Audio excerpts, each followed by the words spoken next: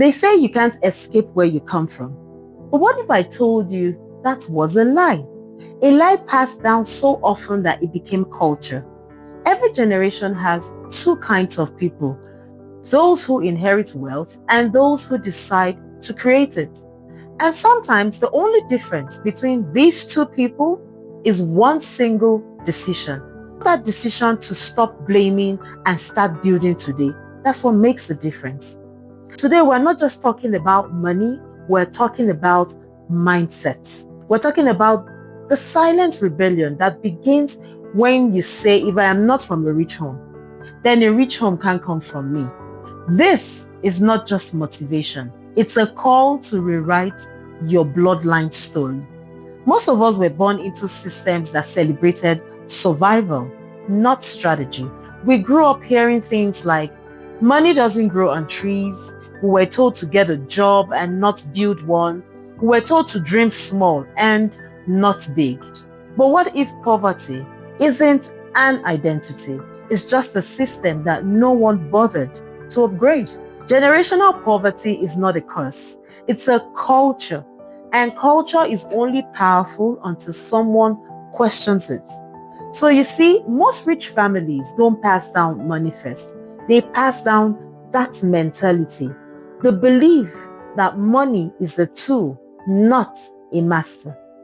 That problems are resolvable or solvable, that dreams deserve planning.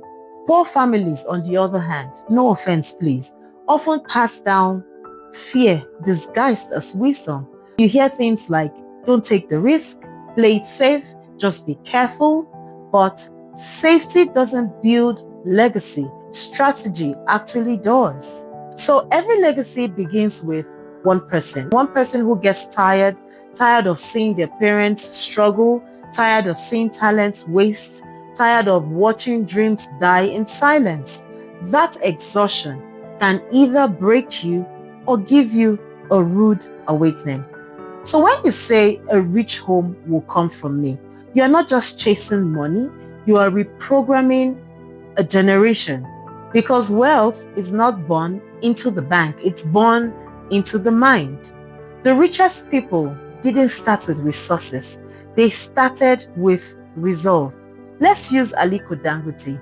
He didn't inherit billions, he inherited vision. Same as Strive Masiyiwa, who built Econet Network from rejection letters. Are we talking about Kigali here? They were once in ashes, and now today the story is different. None of these stories began with wealth. They actually began with decision. Science has proven that beliefs actually shape our outcome. Your mind literally filters reality based on what it believes is possible. So if you believe wealth is for others, your mind will only see proof of that. But if you believe wealth is possible for you, then it begins to attract opportunities that align with your belief system. So this is why I say mindset is the real inheritance. You can lose money and make it again, but once your belief system is upgraded, your entire bloodline changes. You would see and feel the shifts. But here's the catch. You must become comfortable with discomfort. Because building wealth from nothing means becoming the first to say no to instant gratification, the first to save, the first to plan, the first to invest, and the first to think of a long-term plan. Your parents have fought for your survival.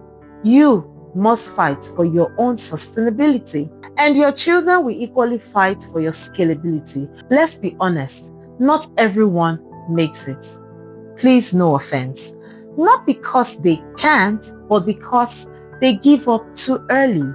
They want the blessings, not the burden that comes before it. They crave success, but not the system success demands. Some even get trapped comparing themselves to others, copying trends instead of creating legacies. But one thing you should know is when you start to copy, you kill your creativity. Those creative ideas, you kill them. You lose the very thing that could make you stand out. Some even sabotage themselves because of guilt. They feel bad for wanting more than their parents had. But hear this, you are not dishonoring your parents by becoming bigger or dreaming bigger. You are completing their story because you are the prayer they once whispered in tears. So how do you build that rich home when you didn't come from one? It's simple. Start with awareness. Admit the truth about your financial habits, your fears, and your patterns. You can't change what you won't confront, but you can educate your mind before you start chasing money. Money flows to understanding. Like I would say, read, listen, study. The real flex is knowledge. Create value. Currency gravitates towards value, not noise, not looks, and not definitely luck. Solve real problems and serve people. Discipline your thoughts. If you can control your emotions, you can control your economy. Stay consistent. You won't build legacy overnight, but if you give just 10% to your dream every day, it will beat 100% someday. Create systems. Invest in skills, relationships that can outlive you. Because a rich home isn't just full of money, it's full of values that actually print money. Legacy isn't about how much you leave behind, it's about how much you leave within. So the mindset you plant in your children outlives any inheritance you could ever give. So raise thinkers and not beggars. Teach them ownership, not entitlement. Show them that rich isn't about material things, cars or houses. It's about choice. It's about control. It's about your contribution.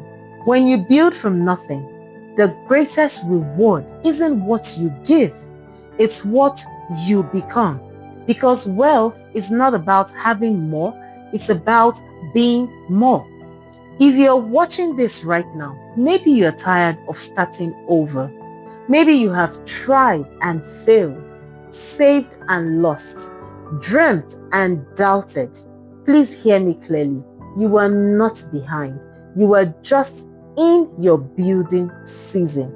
And one day your children will stand in the house you built, not just of bricks and glasses, but of wisdom and grit.